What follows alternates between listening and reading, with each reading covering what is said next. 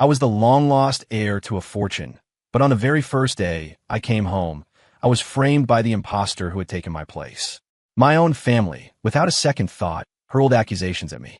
Just when they all expected me to argue, I slapped the imposter across the face. If I had really laid a hand on him, he'd already be dead.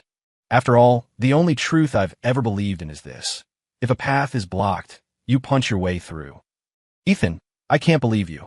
You just got here, and your heart is already this twisted. Eleanor Caldwell, my biological mother, stood before me, her voice sharp with condemnation. Behind her, Julian, the boy who had lived my life, kept his pale, delicate face appropriately bowed, his shoulders trembling slightly as if he'd suffered some unspeakable abuse. And my so-called sister, Victoria Caldwell, sat perched on an Italian leather sofa. She didn't stand, didn't get emotional. She just slowly stirred the coffee in her cup, not even bothering to look up. Her voice was as cold and clear as ice. He's clearly been running wild for too long. Breeding is one thing, but class? You can't get that from a drop of blood. Listening to Eleanor's tirade, I glanced at Julian hiding behind her and raised an eyebrow, amused. 10 minutes ago, Julian had thrown himself down the stairs, all to frame me, the true heir who had just walked through the door. This morning, on my 18th birthday, a man named Richard Caldwell had shown up out of nowhere and told me a story straight out of a soap opera. The hospital had mixed up the babies. I was the real Caldwell heir. And just like that, I was brought here to play out this tired drama of a true and false son. I didn't push him. I stayed in my voice flat.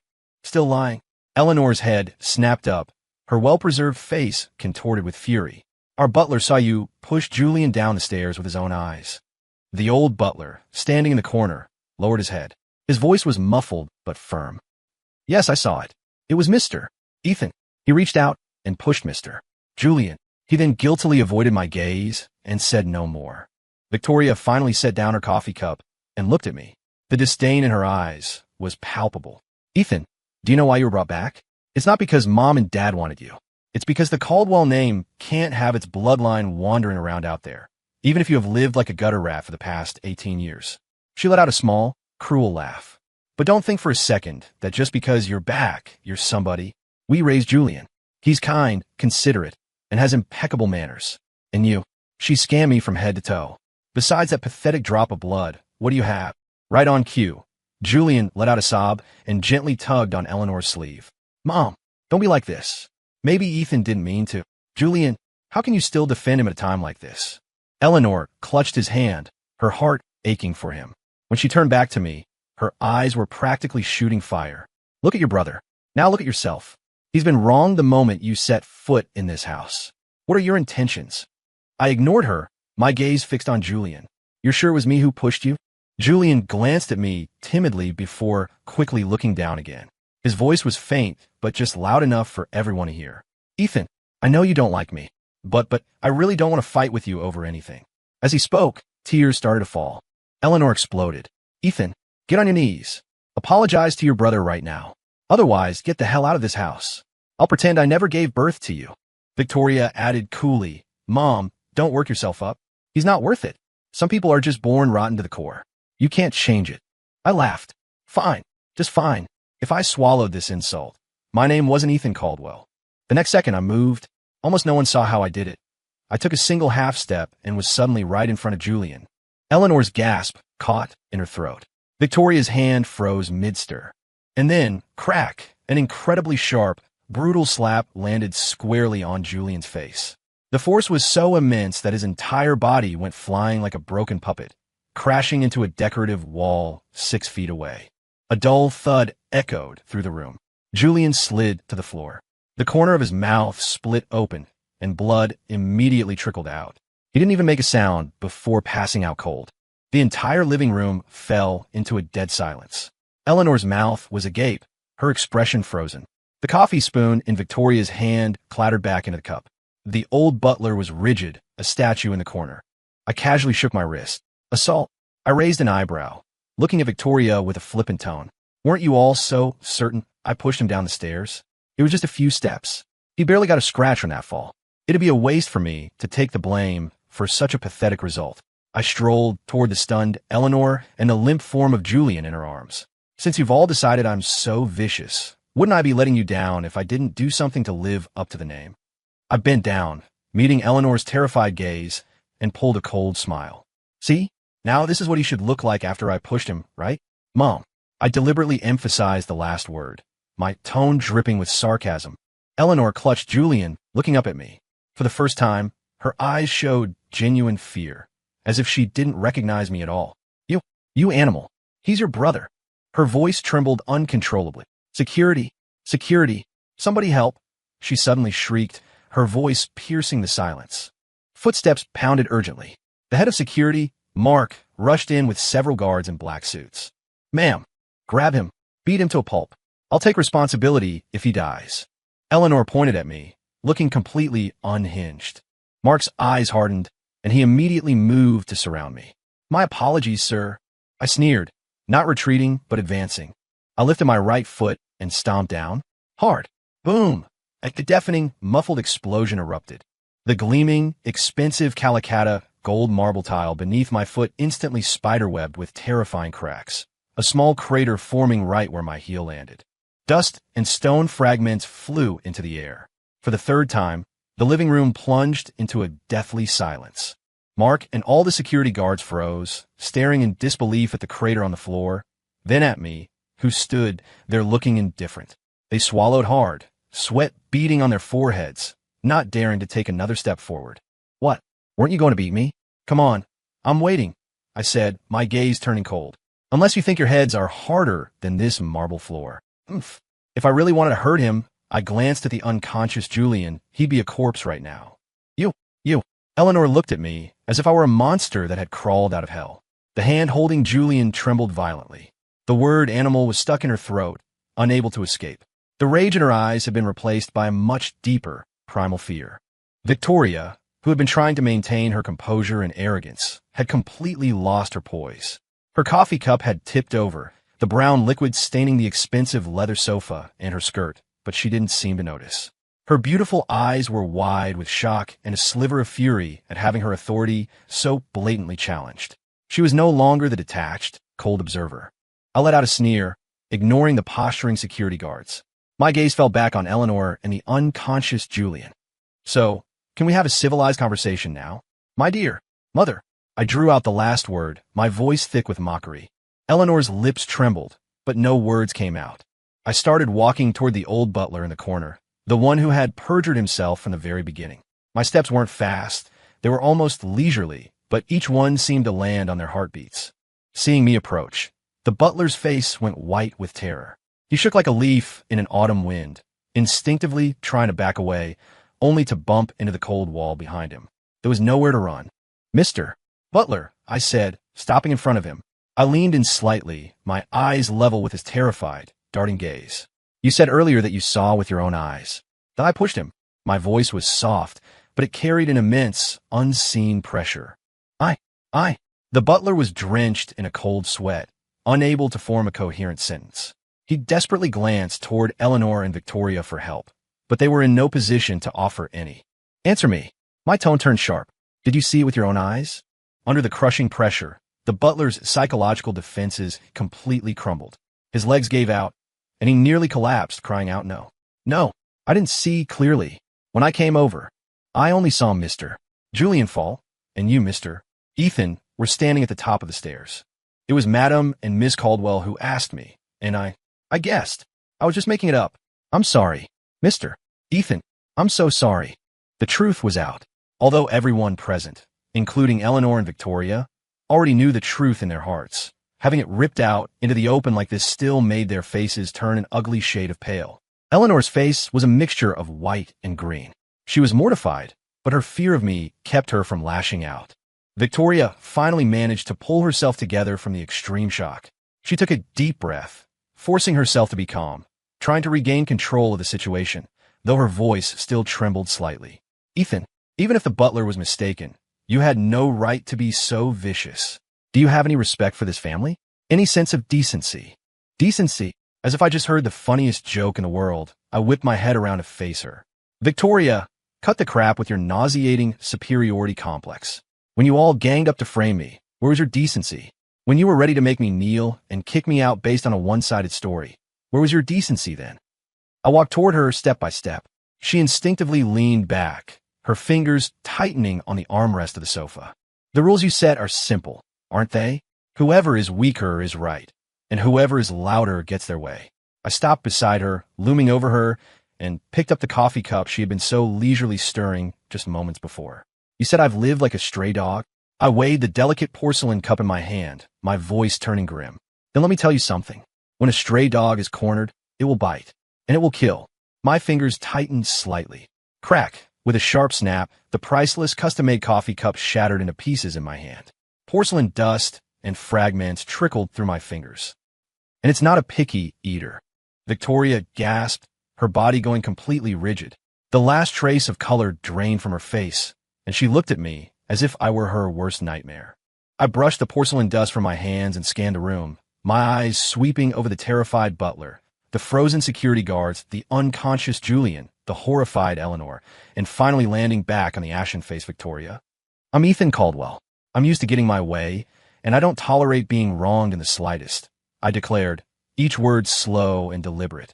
From now on, if you want to sling mud at me, you'd better think twice about whether you can handle the consequences. If you want to play these little framing games. I paused, a chilling smile spreading across my face. You'd better make sure you kill me in one shot. Otherwise, I'll play along my way until the very end. The wail of an ambulance siren, growing louder as it approached, finally broke the tense silence in the Caldwell mansion. Paramedics hurried in with a stretcher and carefully lifted the unconscious, swollen-faced Julian onto it. Eleanor, as if finding her purpose, immediately rushed over, wailing and following the paramedics out the door, crying, "My Julian, my baby." Before she left, she shot me a look mixed with fear and deep resentment. Victoria stood up from the sofa, her face pale. The coffee stain on her expensive skirt was a glaring blemish. She struggled to maintain her last shred of dignity, but her trembling fingers betrayed her lingering terror. She didn't look at me again, as if another glance would either soil her eyes or draw my attention. She took a deep breath and quickly followed the paramedics out. With the main actors of the farce gone, the living room was left with the terrified security guards, the deathly pale butler, and me, looking bored. TSK. All bark, no bite. I thought they'd be tougher than this. I yawned. All this drama was kind of exhausting. Time to go to my room and sleep. With that thought, I headed for the stairs. After 2 steps, I paused. I had been here for less than 6 hours. I don't think anyone told me where my room was, or if I even had one. My gaze shifted to the old butler, who was trying his best to disappear into the wallpaper. He was shakily directing a maid to clean up the marble fragments. The moment my eyes met his, he froze, nearly dropping the walkie-talkie in his hand. I crooked a finger. The color drained from the butler's face. His legs trembled as he practically shuffled over to me, his voice thin and reedy. "And Mr. Ethan, how may I help you?" "My room," I said, cutting to the chase. "Where is it?" The butler froze, his expression turning even more pained and fearful. He stammered, "Well, Mr. Ethan, you just arrived, and Madam hasn't had the chance to instruct the staff to prepare. For now. Of course, I scoffed, cutting off his stuttering. "So, there isn't one, right?" The butler bowed his head, not daring to answer, which was an answer in itself. In this gilded cage of a mansion, they hadn't even prepared a room for their supposed biological son. The irony was staggering.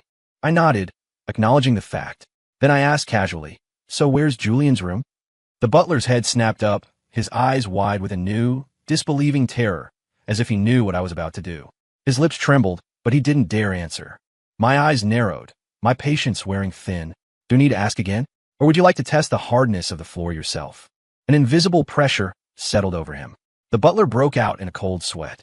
Without another moment of hesitation, he raised a shaking hand and pointed toward the second floor. At the end of the hall. Turn left. The first door, the biggest one." "Good." Without another glance at him, I turned and walked up the stairs. The sound of my footsteps echoed clearly in the silent stairwell, each one a drumbeat against the hearts of the staff below. I walked to the end of the hall and turned left. A carved, solid wood door, clearly more ornate and larger than the others, stood before me. I grabbed the handle and twisted. The room was huge, with excellent light. The decor was a carefully curated blend of luxury and comfort. Everywhere I looked, there were photos of Julian, trophies he'd won, and various expensive-looking trinkets and clothes. A faint, sweet scent of Julian's cologne hung in the air.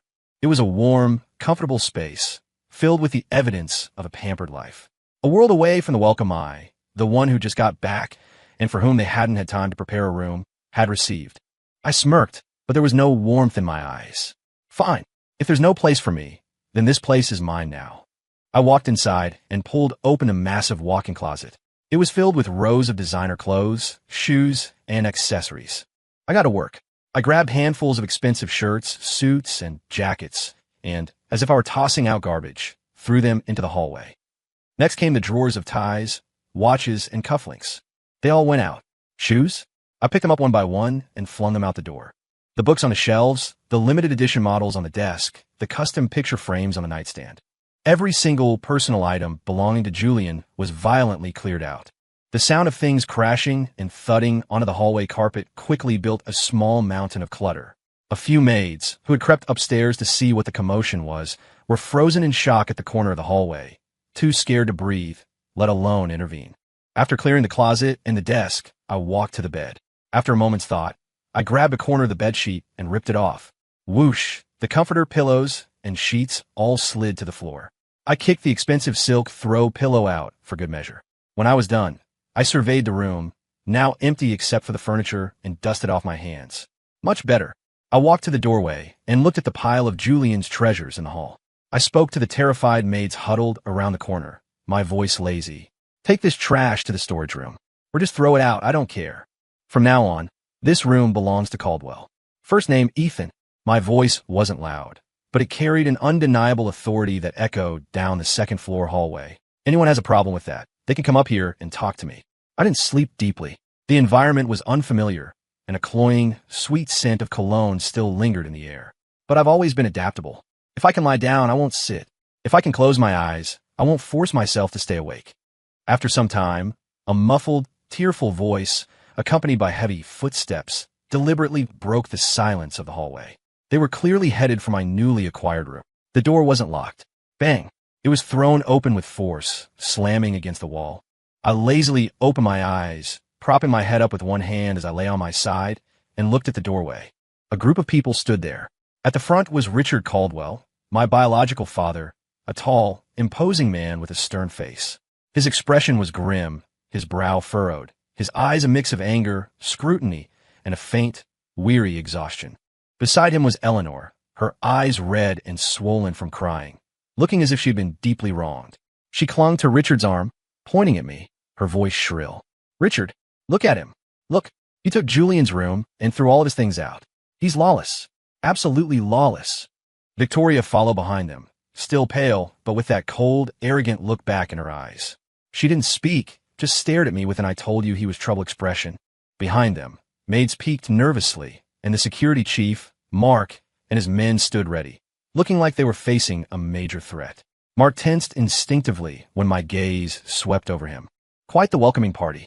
I yawned, slowly sitting up and scratching my hair, my voice laced with the groggy impatience of someone just woken up.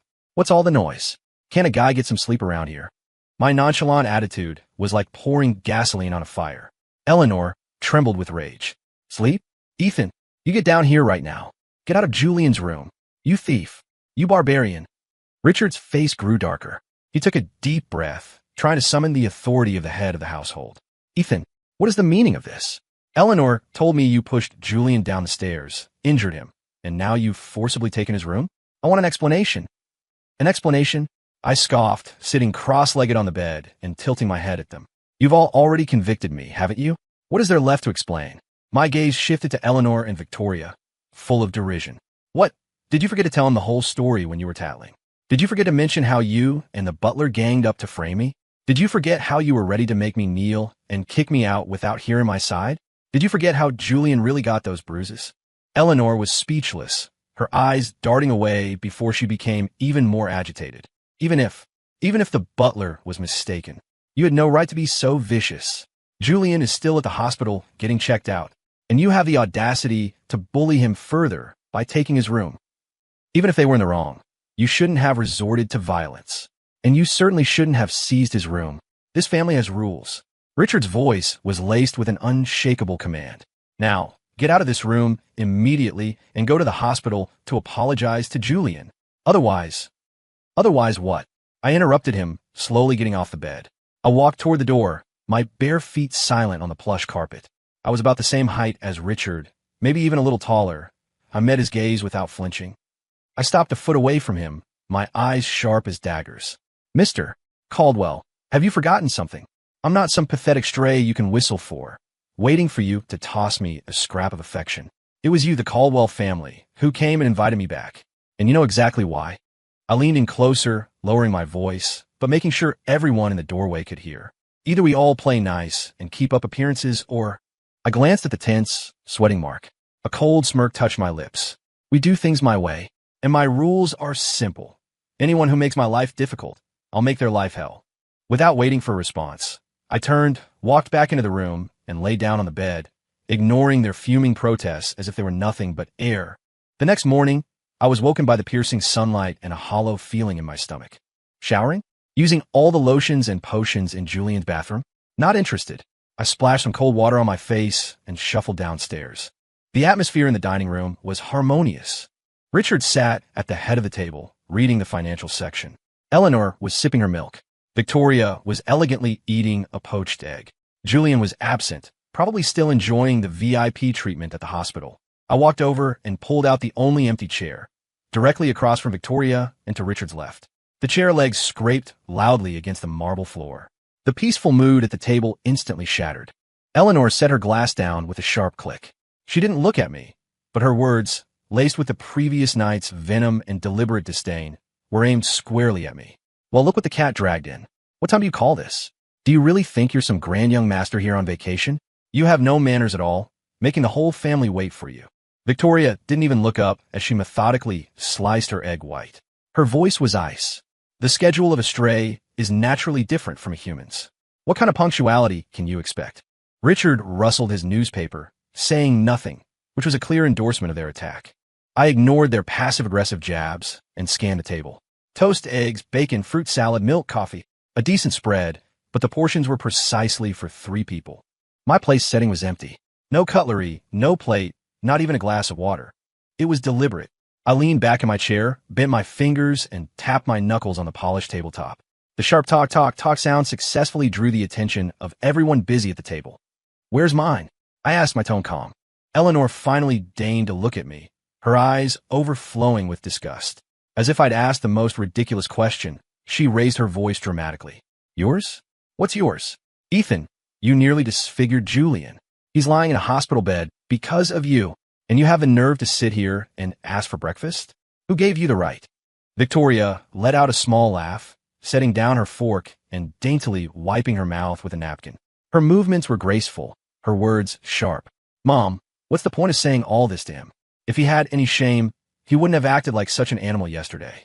Letting him starve for a meal is getting off easy. The Caldwells don't support freeloaders, and we certainly don't support enemies. Richard finally lowered his newspaper. His face was grim, his gaze stern as he looked at me with the air of a judge passing sentence. Ethan, your mother and sister are right. Your behavior yesterday was unacceptable. Until you recognize your mistake and go to the hospital to beg for Julian's forgiveness, there will be no food for you in this house. This is a small punishment for your actions. A small punishment?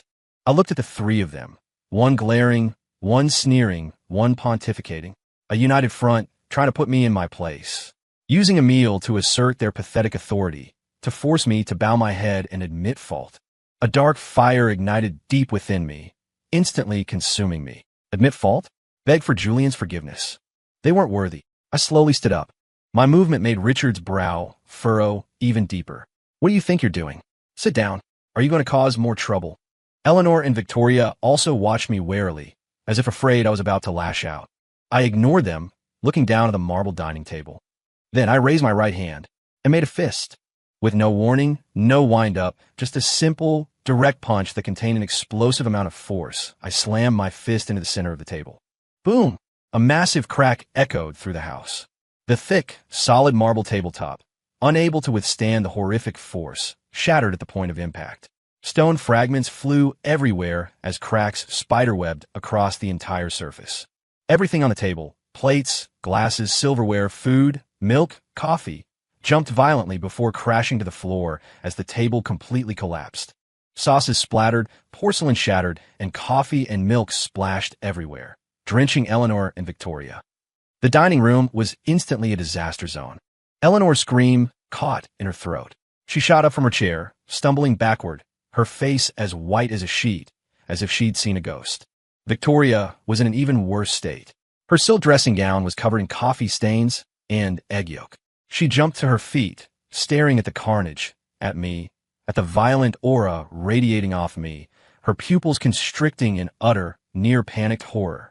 Richard also shot to his feet, pointing a trembling finger at me, so enraged he could barely speak. You defiant whelp. Are you insane? Amidst the settling dust and debris, I slowly retracted my fist, shaking off non-existent dust. Looking at their terrified, disheveled state, I pulled a cold, satisfied smile. There, since you didn't prepare a meal for me. My eyes swept over their shocked faces and stained clothes. Then nobody eats. That finally seemed to get through to them. Terrified, they quickly had a meal prepared for me, which I took to my room to eat. For the next few days, the Caldwell house was surprisingly calm. Eleanor and Victoria practically ran the other way when they saw me, their eyes filled with a fear and disgust they couldn't hide. Richard spent his days with a dark cloud over his head, but made no further attempts to use his fatherly authority to control me. The sound of the dining table shattering probably still echoed in their ears. The peace and quiet suited me just fine. I had Julian's master suite, and while they didn't dare openly withhold food from me anymore, I preferred ordering takeout or, on occasion, making something myself in the kitchen. No one dared to stop me. This lasted until Julian came home from the hospital. His face still bore a faint bruise, making him look even more fragile and pitiful. The moment he walked in, his eyes locked onto me, filled with a resentment he couldn't conceal, yet he didn't dare to meet my gaze directly. At dinner, he started his performance. "Mom, my thing's in my room." His voice was choked with emotion, his words trailing off as he glanced at me before quickly looking down, as if he'd been wronged beyond words. Eleanor immediately wrapped her arm around him. "Don't worry, Julian dear. Mom will buy you all new things, even better ones." Victoria added icily, "I'm surprised some people aren't disgusted by using stolen things." Julian sniffled, then looked at Richard, his eyes welling up. "Dad, it's not about the things. I just want the family to be happy. I can sleep anywhere. It's just those photos and trophies, they were memories." Richard's brow furrowed. He let out a heavy sigh, but said nothing. I took a bite of fried chicken leg and scoffed, not loudly, but clearly enough for everyone to hear. With a performance like that, it's a shame the hospital didn't give you an Oscar. Julian's body went stiff, his face paled, and he bit his lip, his tears threatening to spill over. After dinner, I went back to my room. Unbelievably, Julian followed me to the hallway entrance. "Ethan," he said, his voice low, tinged with a subtle provocation. "I know you hate me, but you can't win everything in this family with violence. Mom, Dad, and Victoria, they still love me." I stopped and slowly turned around. He scrambled backward, his words catching in his throat. His eyes filled with terror as he instinctively covered the still fading bruise on his face. I raised my hand as if to slap him. He yelped and practically fell over himself, scurrying back around the corner, moving with surprising speed. "Pathetic," I muttered, shutting the door with a slam. He went to Richard and Eleanor to cry a few more times after that, but it was clearly useless. Richard just sighed and told him to be patient, and while Eleanor hugged him and called him her precious baby, she didn't dare come and confront me. They couldn't beat me. That single fact had become the only unbreakable rule in this hypocritical family. As more time passed, I could feel the tense, simmering atmosphere in the house growing thicker. Then one evening, as I walked past the study, I heard the sound of a heated argument, the voices deliberately lowered but still sharp with emotion. I raised an eyebrow and silently pressed my ear to the door. Inside, Julian was sobbing. "Dad, Mom, Tori, I can't take it anymore. He took my room, threw out my things, and he's always threatening to hit me. I don't feel safe in my own home. I'm going to have a breakdown if this continues." Eleanor's voice was laced with tears. "Richard, you have to do something. Are we just going to let that monster terrorize our family and bully our Julian?" Victoria's voice was the calmest, but also the coldest. "Call the police, Dad. What he's doing is assault and forcible entry. Even if he doesn't go to jail, a police warning might teach him a lesson." A brief silence. Then, my dear father Richard's heavy, weary voice. "No, we can't call the police." "Why not?" Victoria asked, her voice tinged with disbelief and anger. Richard lowered his voice, speaking urgently. Have you forgotten? The contract signing and press conference for the Apex Consolidated project is next week. The media will be all over it. If a scandal breaks right now about the Caldwells fighting, or worse, calling the cops on our own son, the stock will plummet. Apex's CEO values family harmony and a clean reputation above all else. If this deal falls through, the board of directors will have my head. We can't let the family's reputation be destroyed right now. So we're just supposed to let him run wild? Julian cried out in despair. A cloud of gloom settled over the study, filled only with stifled sobs and sighs. Hearing this, I smiled. That was enough. I took a step back and lifted my foot. Boom! The study's heavy, solid wood door was kicked clean off its hinges.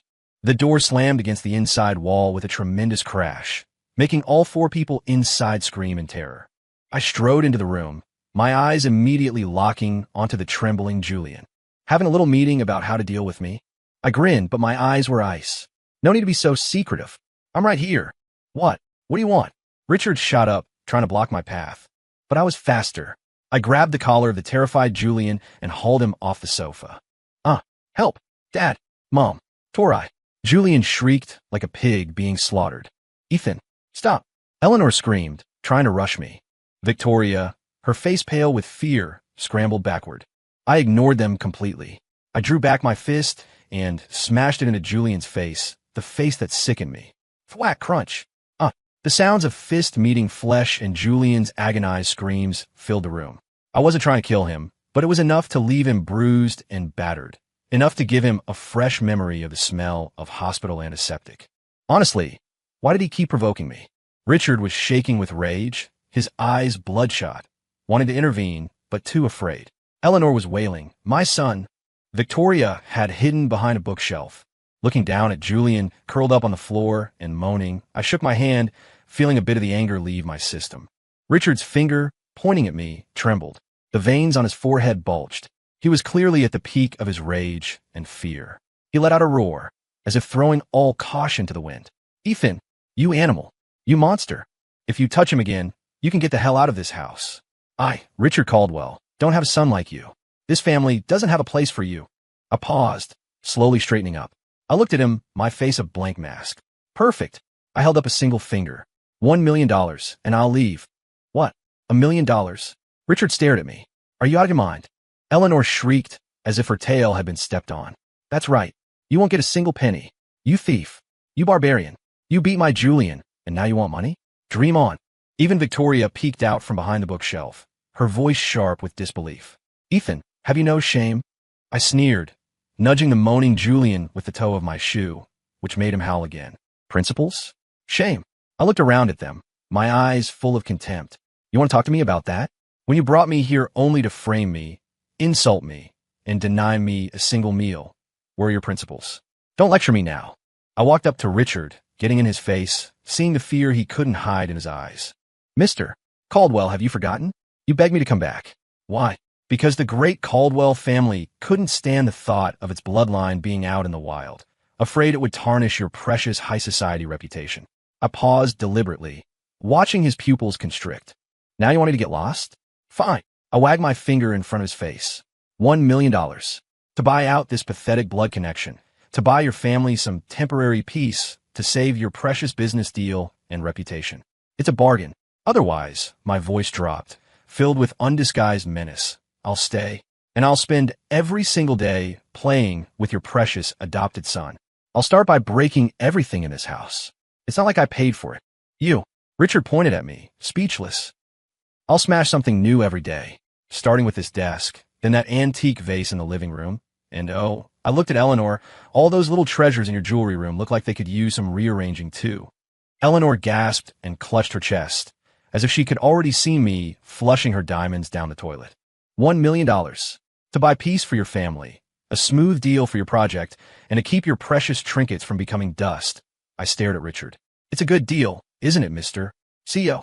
The last two words dripped with the cold, mocking tone of a business negotiation. Richard finally managed to draw a breath, staring at me, his eyes a storm of emotions. Anger, fear, humiliation, but mostly the calculating assessment of a businessman weighing his options. He knew better than anyone that the Apex deal was the company's lifeline for the next several years. There could be no mistakes. Calling the police was out. Forcing me out was impossible. Was he really going to tolerate this demon in his house, causing chaos day after day until the deal was signed? That was a slow-motion suicide. Compared to that, $1 million. As humiliating and extortionate as it was the fastest, cleanest solution. Pay off this plague bearer to save the project and the family name. The math was simple. Fine. After a long moment, as if all the strength had been drained from him, Richard squeezed the word out through his teeth. Richard, Eleanor cried out in disbelief. Dad, Victoria was equally frantic. You can't agree to this. This is blackmail. Shut up, Richard roared, silencing them. He closed his eyes wearily and waved a hand. Write him a check, and tell him to get out immediately. Cash, I interrupted, my tone leaving no room for argument. Checks are a hassle, and I don't trust them. I want it now. $1 million in cash. Richard's eyes snapped open, glaring at me. $1 million in cash? Right now? The banks are closed. Where am I supposed to get that kind of money? That's your problem, I shrugged. A corporation as big as yours doesn't have $1 million in emergency cash in the safe. Who are you kidding? Either you give me the money now and I walk, or... I glanced meaningfully at the mahogany desk. A vein throbbed in Richard's temple. He clenched his fists so tightly his nails dug into his palms.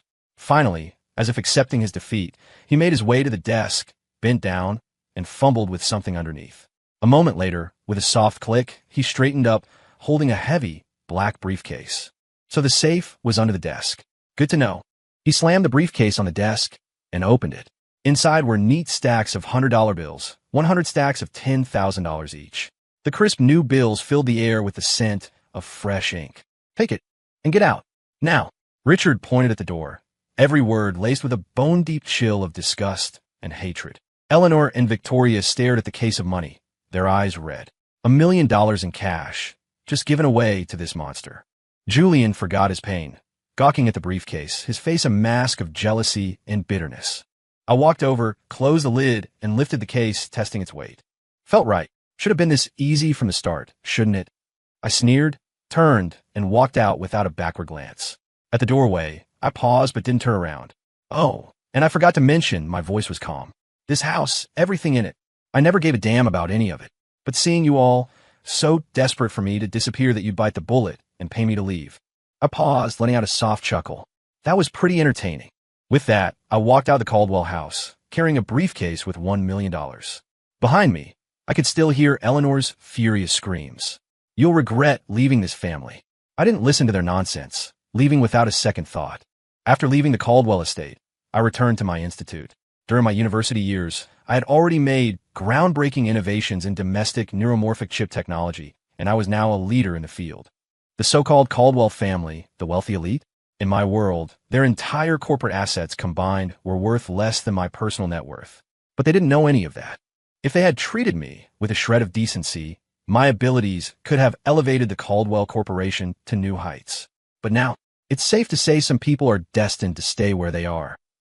Leo, this experiment is critical to the future of the industry. I need you to monitor it closely. I said into my phone, pacing in my private villa. On the other end, Leo was giving me a detailed report on the experiment's data.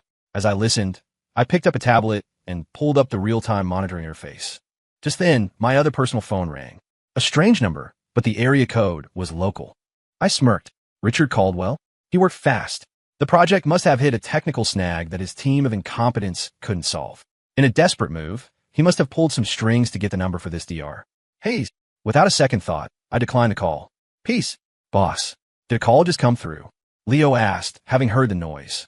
Nothing, just a spam call. You were saying? I replied calmly. Focus on the data fluctuations in reaction chamber 3. After we finished discussing a few key parameters, I confirmed it's not a major issue. It's likely a minor sensor drift compounded by that 0.1% purity deviation from the last material batch. I'll head over to recalibrate myself. That's great. You're the only one who could spot that. Leo said, relieved. I'll meet you in lab 3 then. On my way. I hung up, grabbed a standard issue white lab coat. I rarely wore one, but it could sometimes cut through unnecessary red tape, and drove to the Nexus Innovations core research facility in the city's tech park. My car drove smoothly through a private underground tunnel, stopping in an elevator with direct access to the core facility. As I stepped out into the bright, spacious, futuristic main corridor, I heard two voices that were both painfully familiar and incredibly irritating. Tori, is this really it? Nexus? It's amazing. It was Julian's voice, deliberately softened and fawning. Of course. Nexus is the top neuromorphic computing institute in the country. Just to work here, even as an intern, is a dream for countless people. Victoria's voice held a note of pride. She was dressed in a sharp business suit, her hair pulled back immaculately. She looked the part. She was trying to use an access card to lead Julian through a secure door, likely heading toward an administrative or interview area. What a coincidence. I ignored them and walked toward a higher security corridor on the other side, which led directly to the core labs. However, some people just love to cause trouble. Julian's sharp eyes spotted me. He froze, his face twisting into an expression of disbelief and utter contempt, as if my very presence was polluting the air. Ethan, he blurted out, his voice sharp with surprise. What are you doing here? Victoria turned at the sound of his voice. When she saw me, and especially the casually worn, unbuttoned lab coat, her carefully maintained composure cracked. Her face filled with disgust. She immediately let go of Julian's arm and strode toward me, blocking my path. Her eyes were like daggers as she hissed in a low voice. Ethan, are you stalking us? Have you no shame? Do you have any idea where you are? This isn't a place you can just wander into. Get out. Where's security? I stopped, slowly lifting my gaze to look at her, as if she were a clown. Stalking you? I sneered.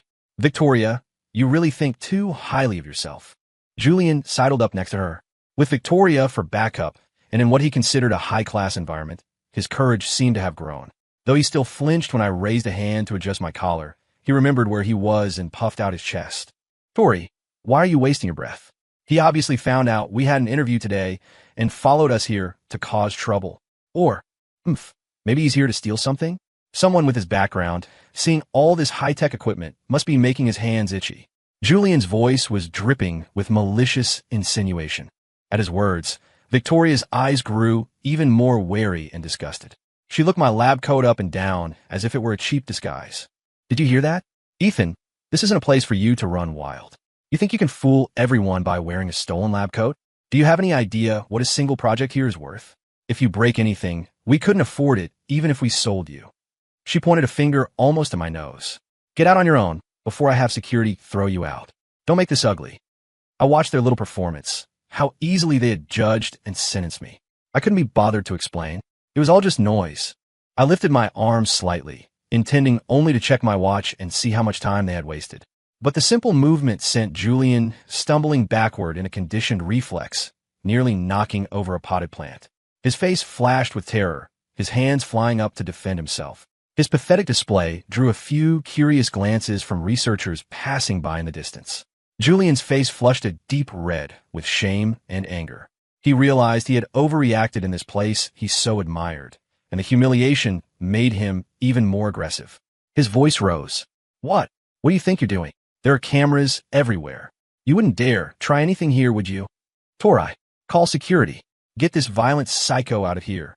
Victoria, also embarrassed by Julian's reaction, scowled and pulled out her communicator to call the security center.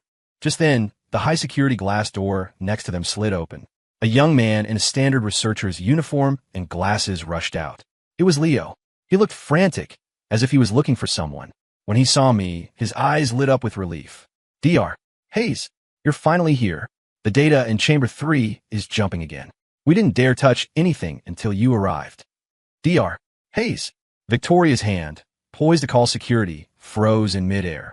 The arrogant sneer on Julian's face solidified, as if someone had grabbed him by the throat. Leo finally noticed the two of them, especially the communicator in Victoria's hand. He frowned slightly, but out of professional courtesy, he asked, Dr. Hayes, are these two with you? Do you know them? I didn't answer Leo. I just let my gaze drift over Victoria and Julian's faces, which had gone completely pale, as if they had seen a ghost. Victoria's hand began to tremble, the communicator nearly slipping from her grasp.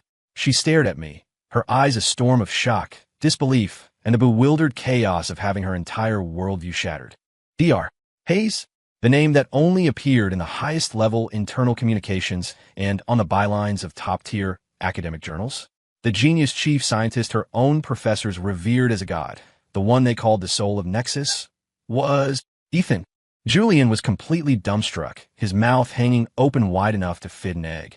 His earlier bravado had vanished, replaced by stupid shock and a primal sense of dread. I looked at their reactions and felt a wave of boredom. Never seen them before, I said flatly to Leo. Then, without giving him another look, I walked toward the core laboratory door, the very door Victoria couldn't even dream of entering. The access panel scanned my iris and palm print. Authorization confirmed. Welcome, Director Hayes, a clear, electronic voice announced. The glass door slid open silently. I stepped inside, leaving the two frozen Caldwell siblings behind me, along with a confused Leo who, sensing the strange atmosphere, cautiously followed me in. The door closed, shutting out the two petrified figures in the hallway. About half an hour later, I walked out of the lab with Leo. An elderly, white-haired man stood beside me. His name was Dr. Marcus Thorne, the head of the experiment. Ah, Ethan, I really don't know how to thank you. You saved this entire project, he said gratefully. Please, Dr. Thorne, I was just doing my job, I replied. Dr. Thorne walked me all the way to the main entrance of the institute. As I stepped outside, I saw Victoria and Julian standing there, clearly waiting for me. Seeing me, Victoria flinched slightly, then looked at me with a complex expression. Ethan, why didn't you tell us you were a director at Nexus Innovations? I raised an eyebrow. Tell you, and then what? If you had told us, Mom and Dad would never have kicked you out. Why didn't you say anything? She pressed. Yeah, Ethan, Julian chimed in. How could you not tell us you were this important? If you had, they never would have treated you that way. But the thick jealousy in his eyes betrayed his true feelings. Huh, I shot him a sideways glance. You think I give a damn about that pathetic house? Let me spell it out for you.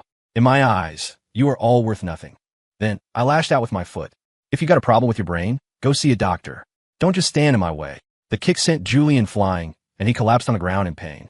With that done, I strode away, leaving the two of them standing there stunned. That evening at my villa, I stepped out of the shower, a towel draped over my wet hair, and saw my personal phone lit up on the table. Over a dozen missed calls, all from the same familiar, yet annoying number, the Caldwell's landline.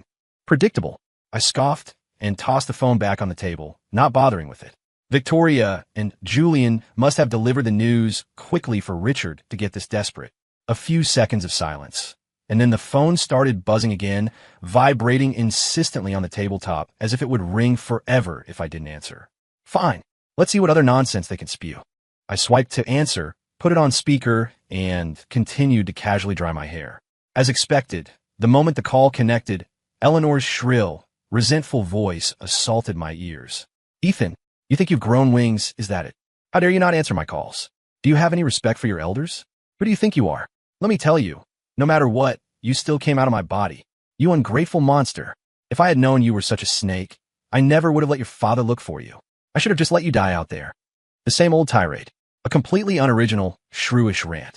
I didn't even bother to raise an eyebrow. On the other end, Richard must have wrestled the phone away. His voice was deliberately rushed and breathless, as if he'd just fought a great battle. Ethan, is it you? Don't listen to your mother. She just misses you. She has a short temper. I could hear Eleanor's muffled protest in the background. I don't miss him. Before Richard hushed her again. Ethan, it's Dad, he said, his voice softening into a forced, fatherly tone. It's been too long. How are you doing out there on your own? Are you eating well? Are you comfortable where you're living? Your father, your mother, your sister, and your brother, we all miss you so much. Every word was dripping with fake concern, a performance of missing me. He conveniently failed to mention how they had kicked me out, how they had bought me off with $1 million, or the shocking education Victoria and Julian had received at my institute that day. It was nauseatingly hypocritical. I stopped drying my hair, picked up the phone, turned off the speaker, and held it to my ear. My voice was calm, almost lazy. Mr. Caldwell, are we acquainted? If I recall correctly, about a month ago, you spent $1 million to personally sever the insignificant relationship between us. The transaction is complete. We owe each other nothing. Don't you feel embarrassed putting on this father-son reunion act now? The other end of the line went silent. I could only hear Richard's heavy breathing. My bluntness must have hit him hard. Eleanor seemed about to scream again, but Richard must have stopped her. A few seconds later, Richard's voice came back, deeper now, laced with the awkwardness of being exposed and a barely suppressed urgency. Ethan, I know that before. The family. We did some things that were wrong. We wronged you. He struggled to get the words out, clearly against his will. But blood is thicker than water. The blood of the Caldwells runs in your veins. Nothing can ever change that. He paused, his tone becoming more pleading. Come home, son. Let's put the past behind us. Your room is still here for you. The family needs you. My company has run into some trouble recently. Since you have such a high position at Nexus, maybe you could help the family out? We're all in this together. When one of us succeeds, we all succeed. There it was. He finally dropped the act. His goal was clear. My current status could save his company. I could almost picture his face, resentful yet desperate, a mix of disbelief in my identity and the last-ditch hope of someone clutching at straws. I couldn't help but let out a soft laugh. The sound, transmitted through the phone, was particularly jarring. Mr. Caldwell, your memory seems to be failing you. Let me repeat myself one last time. First, my business with the Caldwell family is concluded. Second, my status and achievements have absolutely nothing to do with you. And third, my tone turned cold, dripping with undisguised mockery. Why the hell would I care if your company lives or dies? We all succeed. When you threw me out like a piece of trash, did you ever consider that we might all fail together? Richard was speechless, his breathing growing ragged. Eleanor couldn't hold back any longer and interjected. Ethan, how dare you speak to your father like that? You ungrateful animal. We gave birth to you. We raised you. Stop right there. I cut her off coldly. You gave birth to me. And for that, I thank you for the gift of life. But raise me? Madam, did you raise me for a single day? Did the Caldwell family ever give me one peaceful meal? Do I need to remind you that on my first day back, I didn't even have a room to sleep in and had to claim one myself? That $1 million was more than enough to buy out any debt I owed you for my birth and the few scraps of leftovers the Caldwell family deigned to give me. My words were like cold steel, mercilessly peeling back their hypocritical facade. Don't ever call this number again, I said, giving my final ultimatum. The Caldwells and I are finished. If you dare to bother me again. I paused, my voice carrying a chilling threat. I won't hesitate to make the little trouble. Your corporation is facing a complete and total catastrophe. Trust me, I have the power to do it. Without waiting for a response, I ended the call and blocked the number. Finally, some peace and quiet. For a long time after that, I ignored them completely. They tried calling from different numbers, but I hung up every time. Later, my new technology achieved a revolutionary breakthrough. Many companies that failed to adapt began to decline, and the Caldwell Corporation was one of them. Coming out of the lab, the cool evening breeze did little to dissipate the fatigue from a long day of intense work. I was stretching, heading for the parking garage, when a few familiar, unwelcome figures rushed out and blocked my path. It was the Caldwells. Richard, Eleanor, Victoria, and the ever-present Julian. They looked worse for wear. Richard had dark circles under his eyes. Eleanor's expensive clothes couldn't hide the anxiety etched on her face, and even Victoria's practiced elegance seemed strained. Julian still had that timid look, but his eyes darted around nervously. Ethan, Richard began, his voice raspy and emotional. We finally found you. I was wrong. We were all wrong to have treated you that way. Eleanor jumped in, trying to grab my arm.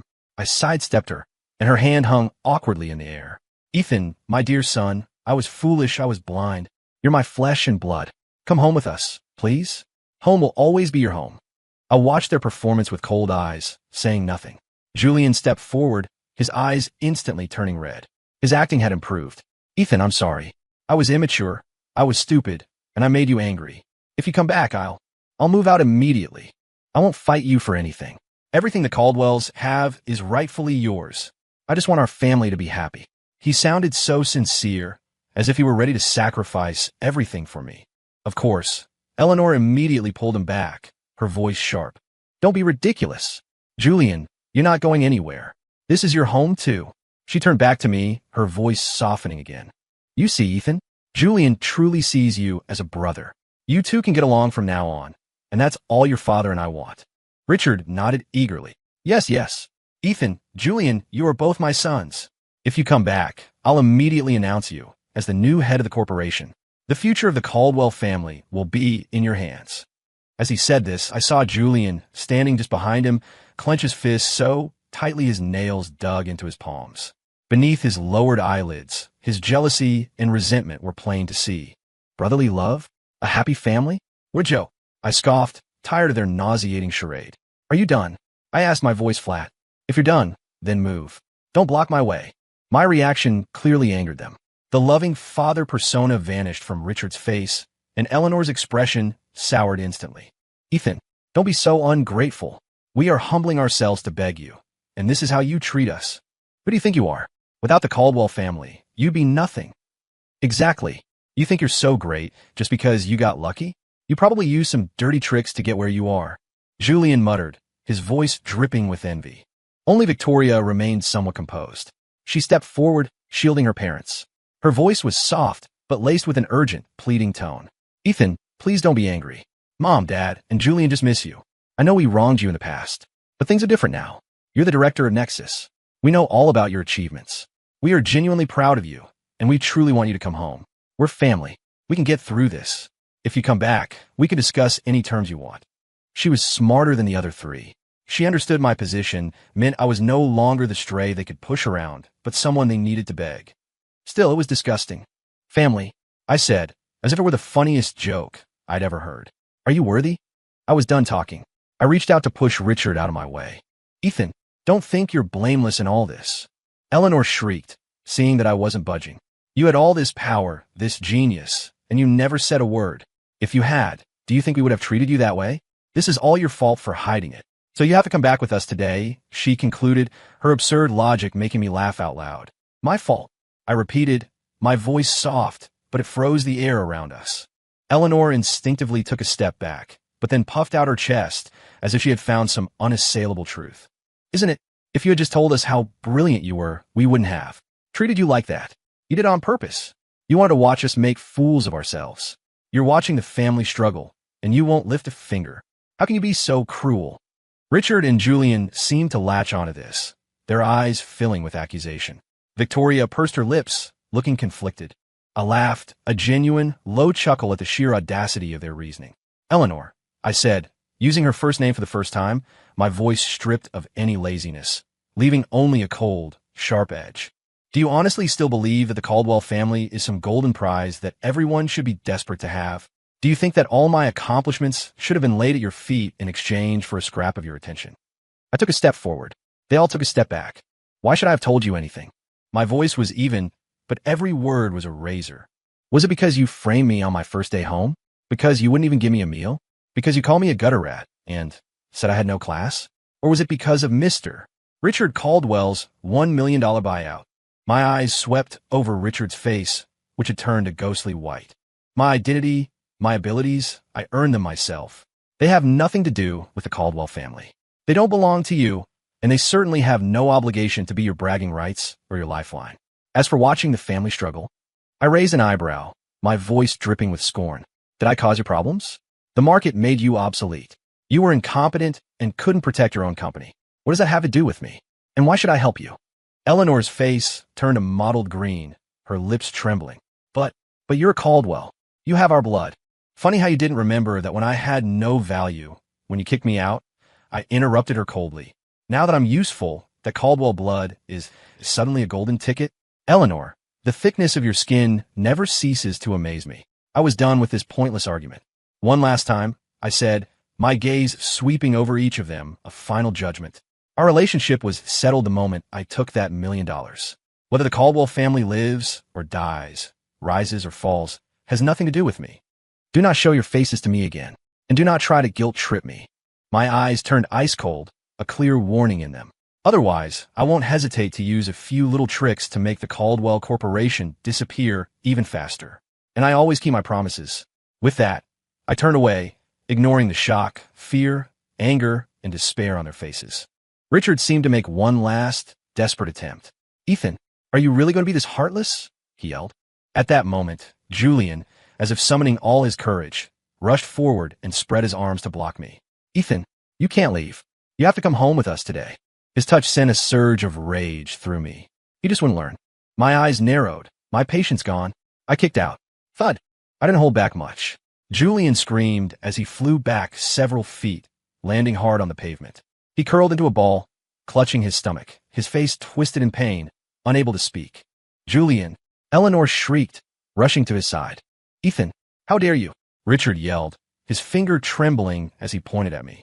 I shook my leg as if to get rid of something dirty, my gaze sweeping over their furious, terrified faces.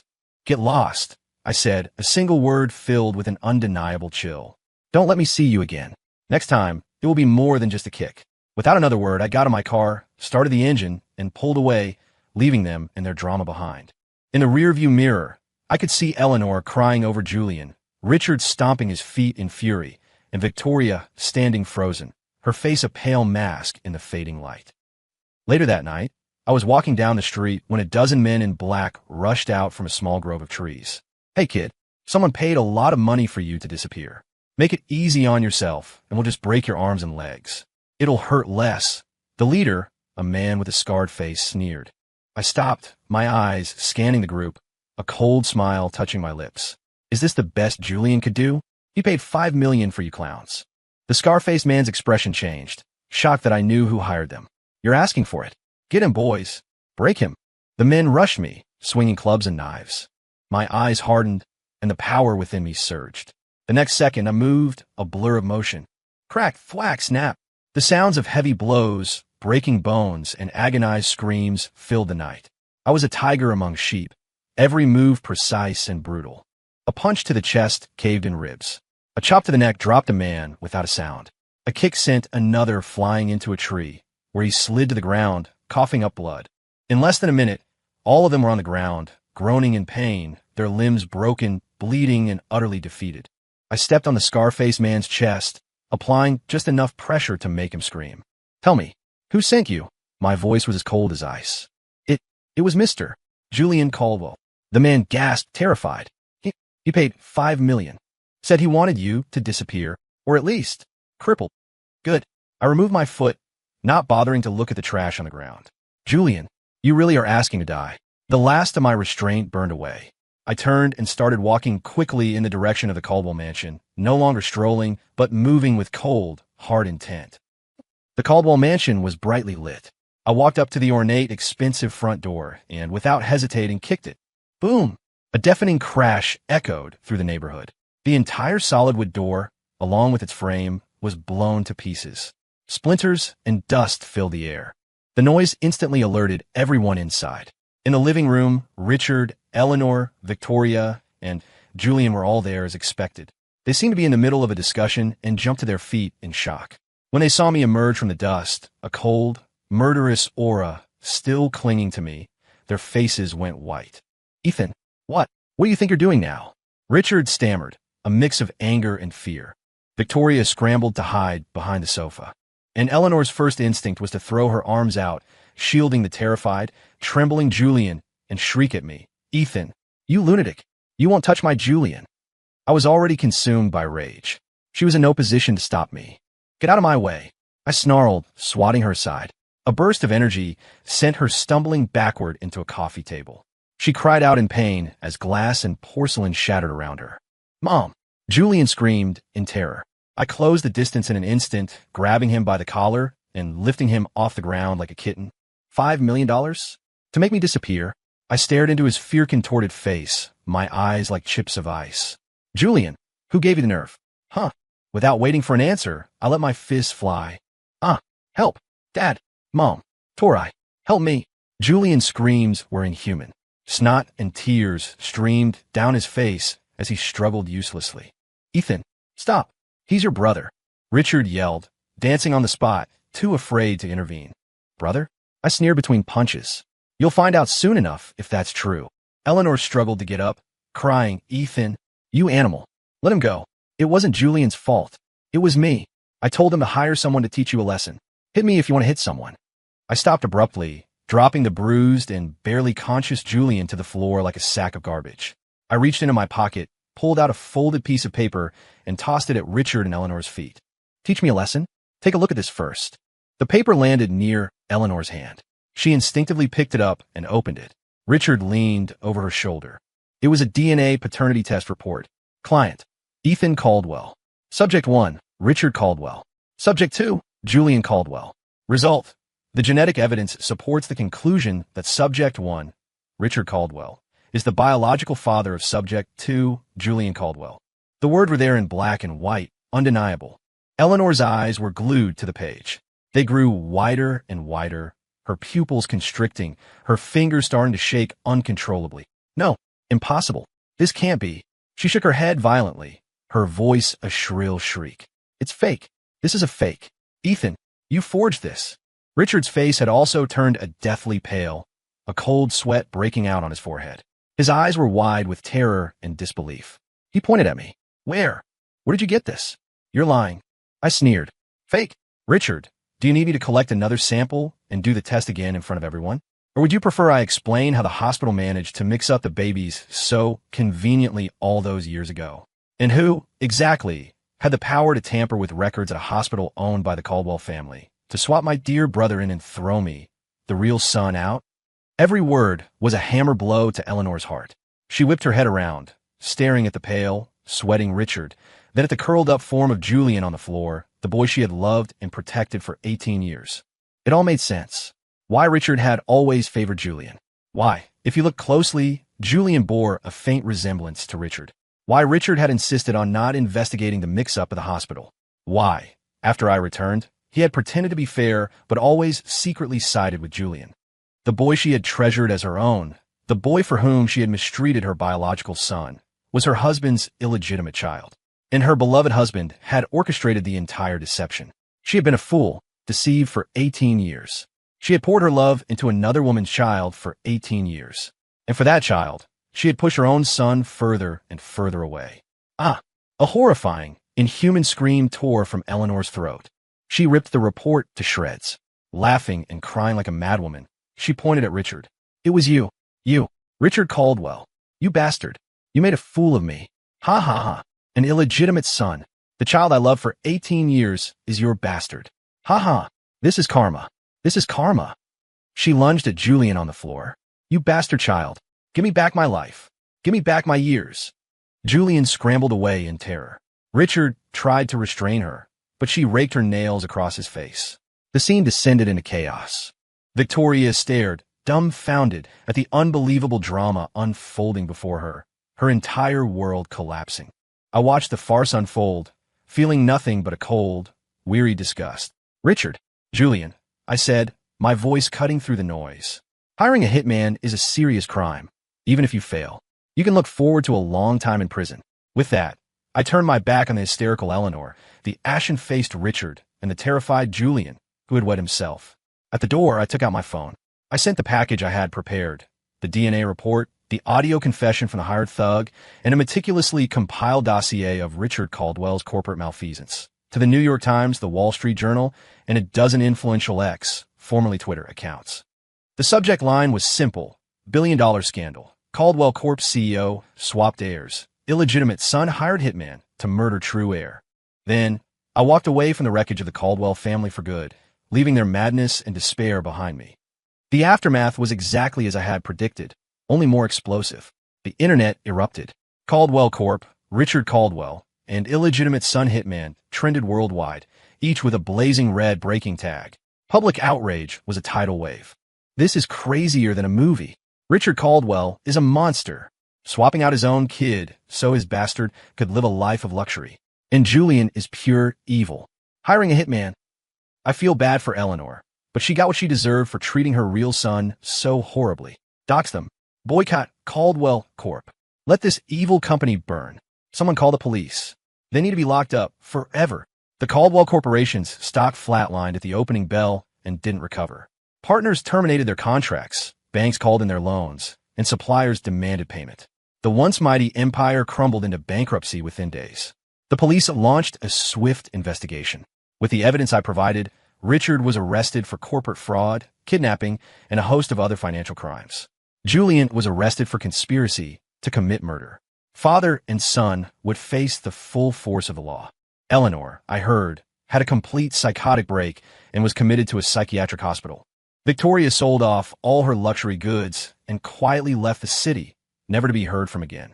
The Caldwell family had fallen from grace, their name now synonymous with scandal and ruin. And I, Ethan Caldwell, remained Dr. Hayes, the respected, brilliant chief scientist of Nexus Innovations. The sordid drama of my birth had finally, violently, come to an end. Sunlight streamed onto my workbench, illuminating everything in a bright, clear light. New experimental data flashed across the screen, full of challenge and promise. This was my life.